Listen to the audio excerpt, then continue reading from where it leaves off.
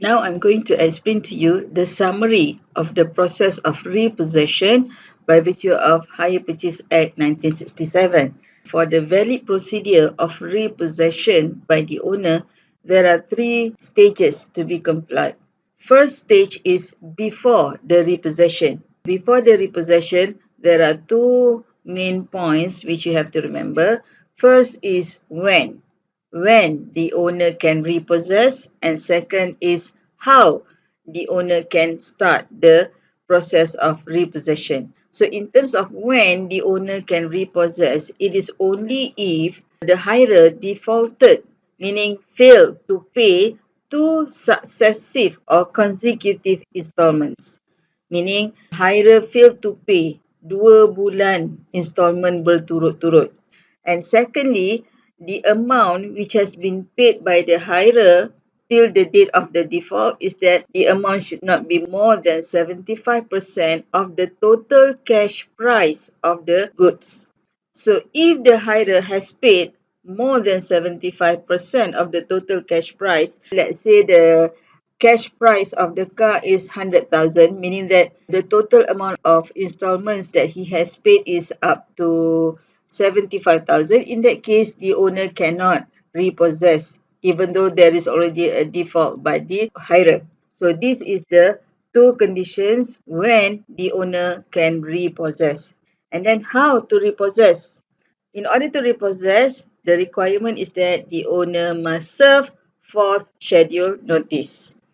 And the period of the notice is for 21 days from the date of the service of the notice.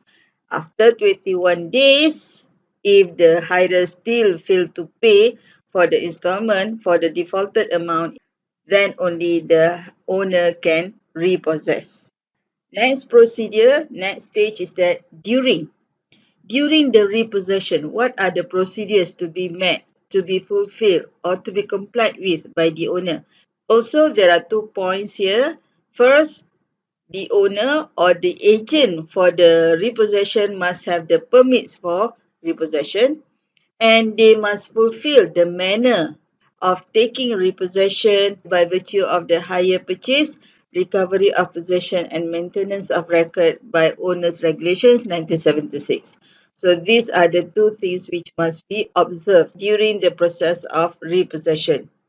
Otherwise, the repossession is not valid. And the third stage is after the repossession. What are the requirements? What are the things which must be fulfilled by the owner after they made the repossession? First, immediately after the repossession take place, the owner must serve a document acknowledging the repossession. Meaning he must give the information or give a notice of information to the hirer that the car has been repossessed in terms of when, where, how, and by whom the repossession took place. And then within 21 days, the owner must serve fifth schedule notice to the hirer.